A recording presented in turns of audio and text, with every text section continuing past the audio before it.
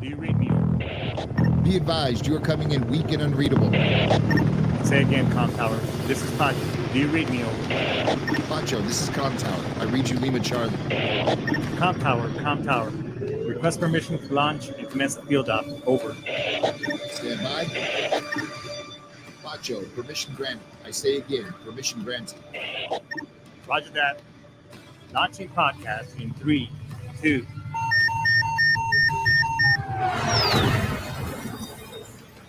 You are now entering the field op with your host, Pacho Correa, Chief Warrant Officer 3, United States Marine Corps retired.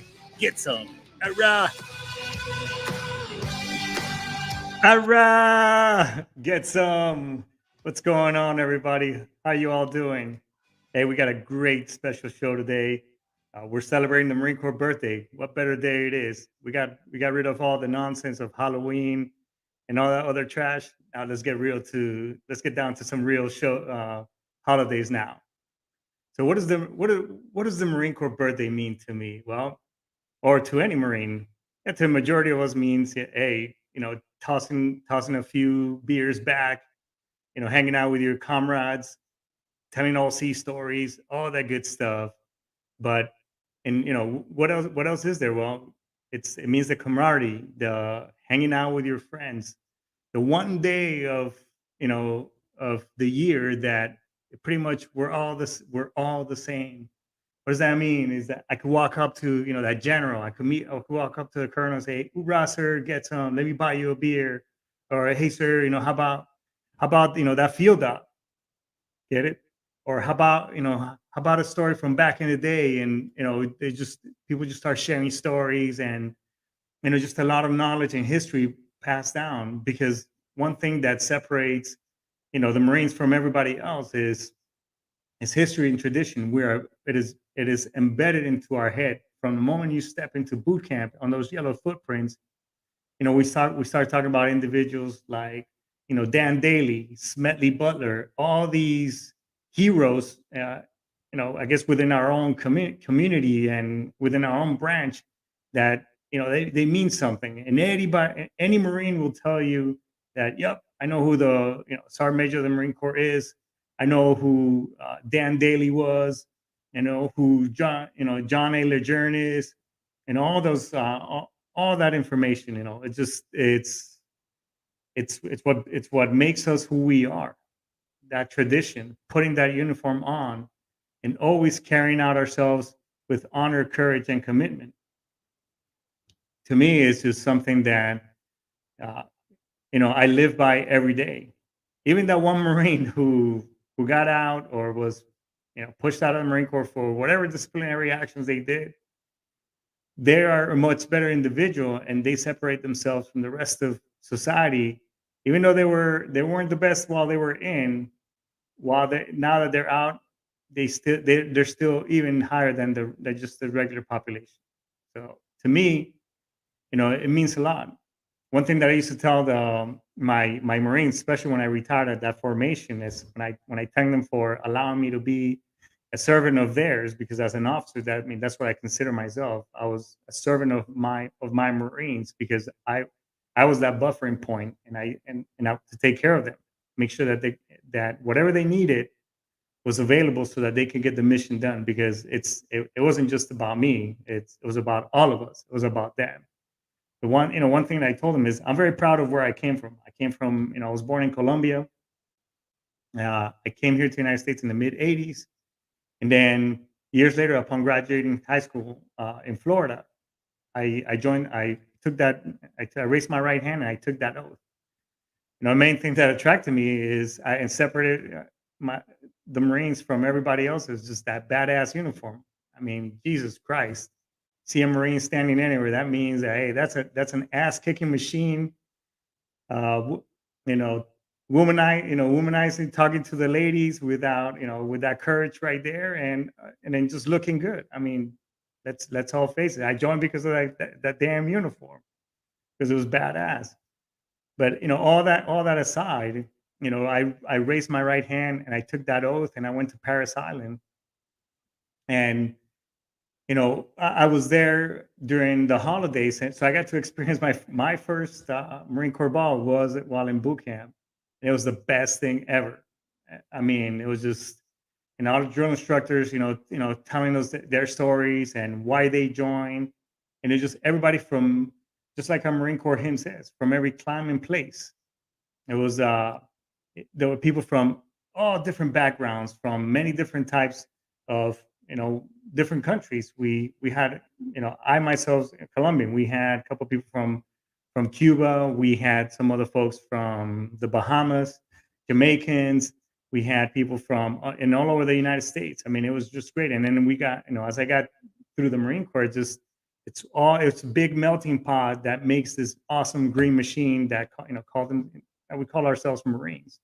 It was great. And I not once in my Marine Corps career did I ever miss a Marine Corps ball. Not once. It was that pride of putting on that uniform. Especially, I looked forward to putting that dress blues on because it just meant that was my Superman suit. And every time I put that thing on, I felt like I was 10 feet tall. Built like a brick shit house.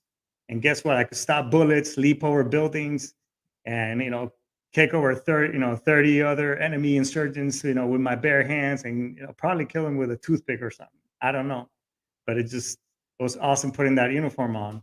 As a matter of fact, when people used to, when some fellow devil dogs would say, "Oh, I don't want to wear my dress blues. I'm going to wear my greens, my service hours," I was like, "What the fuck?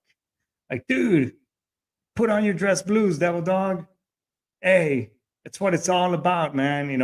It's just in the commercials. I mean, you see it. I'm like, why would you not want to wear that awesome uniform? Why would you? Or some Marines with themselves will say, "Oh, I'm gonna skip the Marine Corps ball this time," or "I don't want to go," or whatever. And it's like, what? Why would you want to miss the one time of the year that you get to spend with your fellow brothers and sisters and talk about the Marine Corps and its rich history and all those great, awesome things? Why would you want to miss on that? What could be better? And for me, it got even better just as I grew in the Marine Corps. It's just because you branch out and you build this network, that because the Marine Corps is so small that you'll run into that one Marine a year or two later, and it's like, dude, didn't we serve in this one command or whatever? Didn't I catch you kind of drunk and just all messed up at the Marine Corps ball? Oh yeah, that was you. Yes, that's what all this means to me. A lot of people say, well, that's just an excuse for Marines to get drunk and debauchery and all this other crazy stuff. Well, yes, you're right. That it is all that and then some. There's a lot of loving that goes on. And I mean, let's be honest, a, a lot of marriages are broken too at the Marine Corps ball because some people hook up with somebody else's wife or date or whatever the case may be. But you know what? It is what it is. I tell you what, we just got back when I was in 2003. We just got back from Iraq. It's the first time we took an entire reserve battalion, or the entire reserve battalion was stood up since World War II. That was ninth. I'm sorry, not ninth com. That was my first unit. It was Fourth LAR Battalion. So shout out to my fellow LAVers out there. But nonetheless, we just got back, and that was around that time. It was my first time that I had to have one of my first out of many knee surgeries.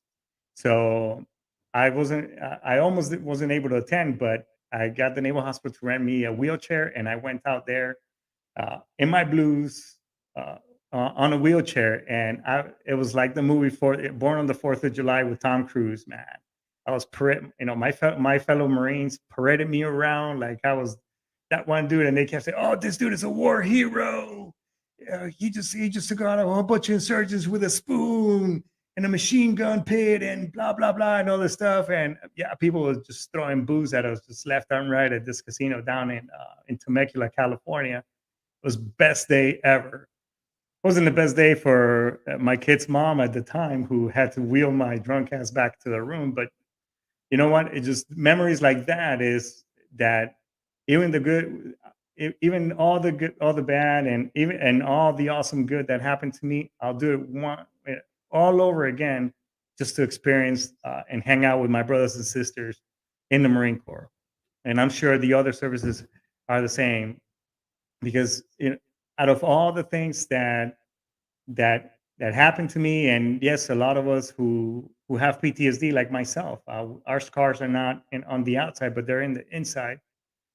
We will do it all over again, just to experience that one more time. So this show is dedicated not only to Marines who have served Marines from the past, but also to those who are no longer with us. Not just Marines, but veterans and service members who aren't here because of suicide, who lost that battle, that mental battle, uh, with their demons, and they got the best of them. So guys like Rick Miramontes, who basically, he's no longer with us. He passed away last year, and so on days like this, I think back of all those service members, guys like Rick, and other folks who just yeah, you know it got the best of them. So with that being said, everybody, why don't we do this? Let's run through a little celebration, little Marine Corps ceremony, kind of the field op style, just to remember to thank those service members who are still serving folks, not just in the Marine Corps, because yeah, it is the Marine Corps birthday, but let's go ahead and also thank those in the Army, the National Guard, Army Reserves, Marine Corps Reserve, Coast Guards, uh, Air Force, and now the Space Force. Who, by the way, one of our kids happens to be in it. He was the first batch of folks who got augmented into it. So shout out to him out there, Major Elliott. So that's awesome. And if I miss another branch of service, I'm sure my wife will later tell me all about it. But shout out to all you veterans and all you service members, and remember everyone deployed. So with that being said, what we'll do is we'll go ahead and run through a quick ceremony. So let's go ahead and do that. All right. So stand by, everybody. Here we go. Sound attention.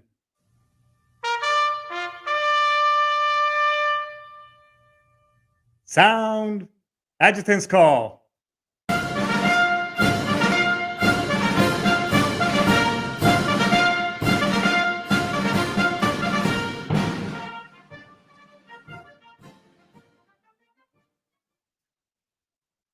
The Marine Corps birthday, 1775. Founding of the Marine Corps, a legacy is born during the American Revolution. Many important political discussions took place in the inns and taverns of Philadelphia, including the founding of the Marine Corps. A committee of the Continental Congress met at Town Tavern to draft a resolution calling for 2 battalions of Marines able to fight for independence at sea and on shore. The resolution was approved on November 10th, 1775, officially forming the Continental Marines. As the first order of business, Samuel Nicholas became commandant of the newly formed Marines. Tun Tavern owner and popular patriot Robert Mullen became his first captain and recruiter. They began gathering support and were ready for action by early 1776. Each year, the Marine Corps marks November 10th with a celebration of the brave spirit which compelled these men and thousand sins to defend our country as United States Marines. I will now read John A. Legern's birthday message, 1921. On November 10th, 1775, Corps Marine was created by a resolution of the Continental Congress. Since that date, 1,000 men have borne the name Marine.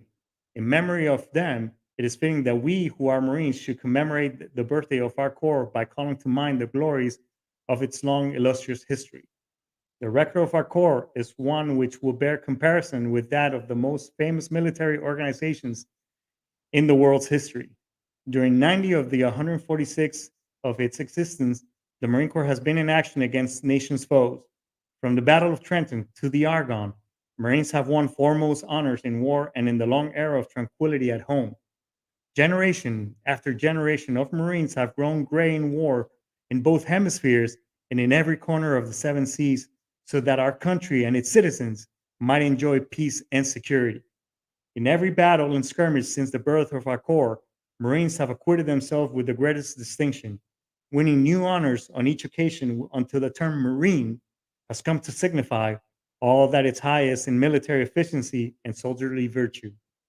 This high name of distinction and soldierly repute, we who are Marines today have received from those who preceded us in the Corps. With it, we also receive from the eternal spirit which has animated our Corps from generation to generation and has been the distinguishing mark of the Marines in every age.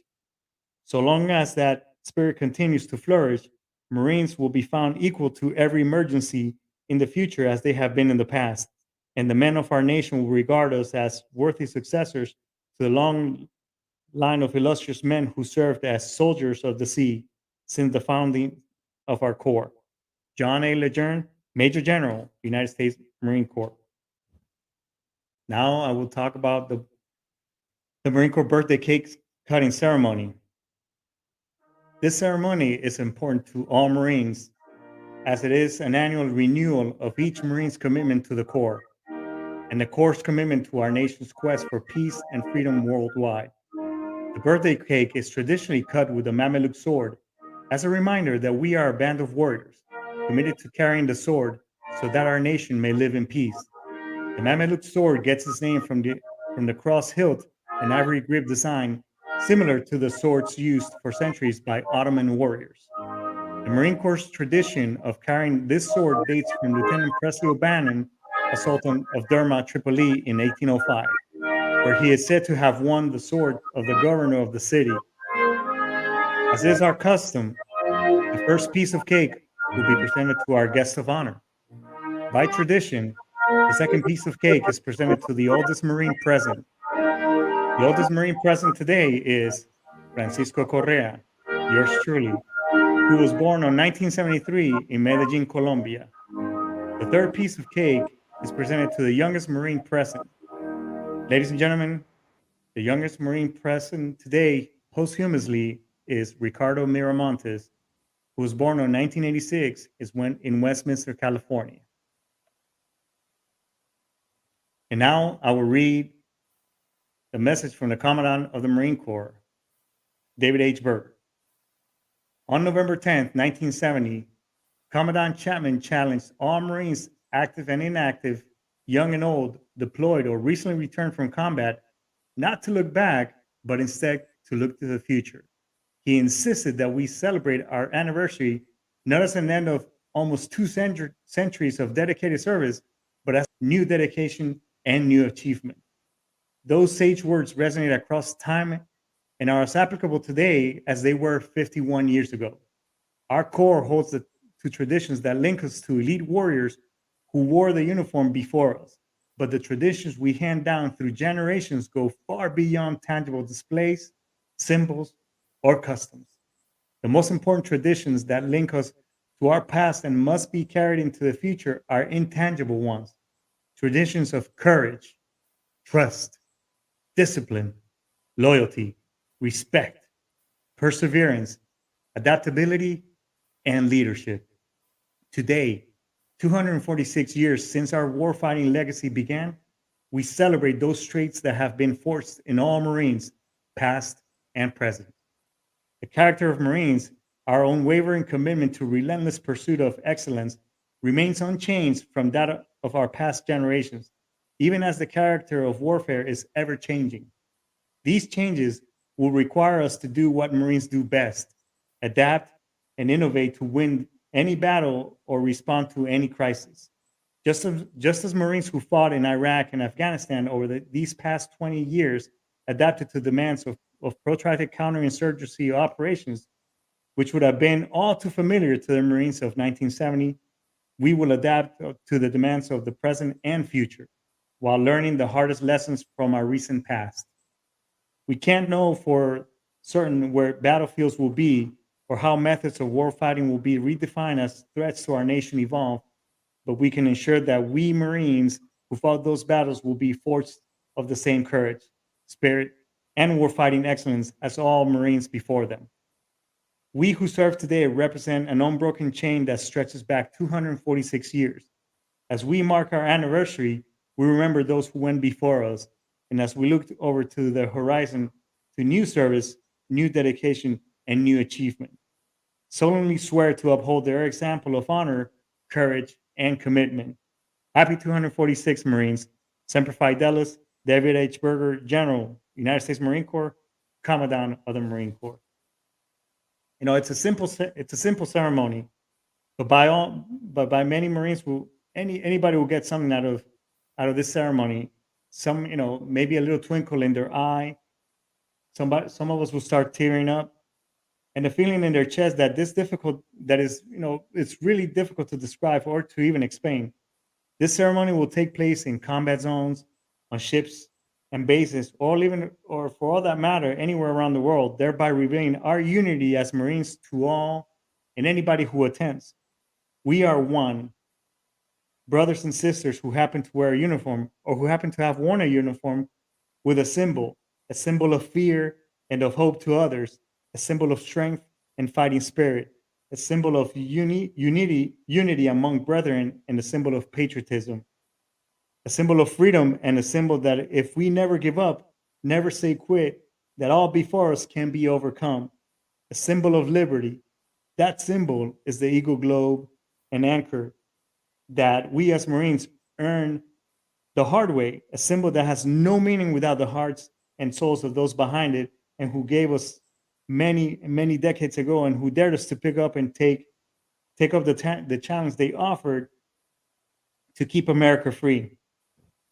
I suppose that meaning still holds true today. Still does to me. Still does to the many who I still keep in contact with. Still holds true to some of my friends that have now retired and just kind of feel like that old dog laying on that porch as they see the young pack of, you know, wolves roll by, getting ready for the next battle. And you know what? As I think about it, and if I see the wolf pack roll by, and I'm able to join them because whoever's knocking at our door, that enemy, just because I have been out for a couple of years, doesn't mean that I've quit my oath to this nation of ours. Still means that I'm ready to answer the call, pick up a gun or whatever else is near me, to go ahead and defend our nation and defend all the great things that America has today. Because when I got here to this country in 1985, I've not once have I forgotten. Yes, I never forgotten where I came from, but I know where I am, and I know who I swore. I put my right hand up, and I said, "Hey, I do solemnly swear to defend this nation against all enemies, foreign and domestic." So, with that, I'd like to give a salute to all the armed services and to all you crazy jarheads. I hope you had fun. I hope that you share with your brothers and sisters out there, tell some really good, funny stories, and that hopefully next week when you go back to work, that nobody's getting NJP'd because you did something dumb at the Marine Corps ball. But with that, folks, I think we're going to go ahead and call it index right now. And Semper Fi, Dallas. Happy birthday, Double Dogs. OHRAH, get some. I'm out of here. OHRAH.